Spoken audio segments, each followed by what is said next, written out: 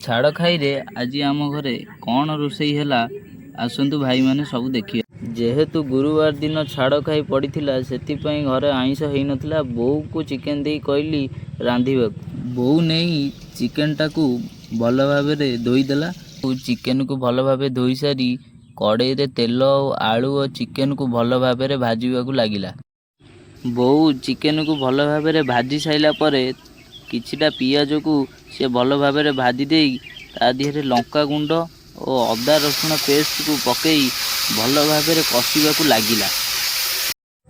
କଷା ହେଇଗଲା ରେଡ଼ି। ତାପରେ ବୋଉ ଆମର ଚିକେନ୍ ଆଉ ଆଳୁକୁ ପକାଇକି ଭଲ ଭାବରେ କଟର କରି କଷିବାକୁ ଲାଗିଲେ।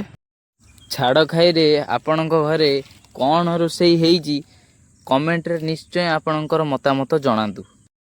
ଭାଇମାନେ ୟୁଟ୍ୟୁବ୍ର ଇଏ ହେଲା ମୋର ପ୍ରଥମ ବ୍ଲଗ୍। ଲାଇକ୍ ଆଉ ସବସ୍କ୍ରାଇବ୍ କରିବେ। ଚିକେନ୍ଟା ବି ଭଲ ହେଇଛି। ରହିଲି, ଜୟ ଜଗନ୍ନାଥ।